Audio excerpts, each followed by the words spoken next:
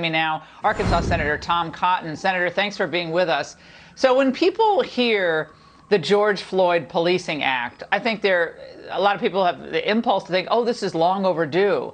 But what is actually in this bill that people might not know that could damage law and order and public safety?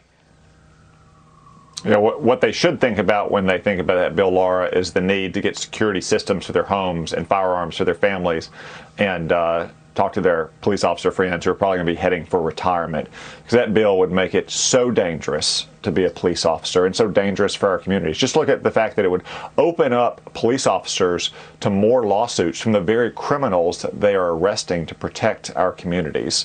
The last thing we need to do is make it even harder to police our streets in America at a time when we see a crime wave crashing across America's cities. Well, when you think of police officers in this climate today, I actually really worry about their safety. We want all Americans of all colors to be safe and secure on the streets. But if you're a police officer in a uniform and you're on a patrol by yourself today, especially in areas that are having trouble with crime, is it more dangerous than it was, a week ago, or less dangerous? I say more. Yeah, I think it's very dangerous, Laura. Just look what happened in Columbus, Ohio.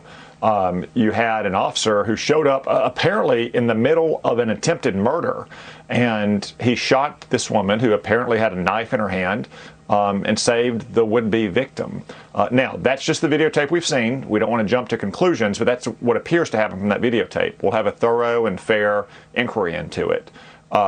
But what did LeBron James, one of the most famous and influential people in the world, do today? He posted that officer's picture on social media and said, "You're next." I mean, that is the kind of incitement to violence against police officers that is revolting. Now, LeBron James later took down that statement, but you can't erase the kind of terrible judgment that shows, especially when it comes from someone who is so deeply in bed with the Chinese Communist Party, yet he will slander his fellow citizens who are simply trying to protect innocent victims from an attempted murder. Now, you mentioned, Senator, rising crime across the country, and that might happen regardless. Well, while their bosses at the DOJ say that policing needs to be changed and reduced, others are the FBI is preemptively sending a warning to local police departments about a spike in crime this summer. Your response? Yeah, we just saw the biggest one-year increase in the murder rate on record in America. And as more police officers are worried about the feds coming down on them like a ton of bricks, you shouldn't be surprised if the police become more hesitant to aggressively do their job to protect our communities, which just means there's going to be more crime. And then you have big cities, or sometimes even states, eliminating the bail system and turning out violent criminals who just got arrested and arraigned for committing a crime onto the streets again. So many times we've seen crimes committed by people who should be locked away in prison. The media and the Democrats are saying you guys are absent from the conversation over policing. Watch.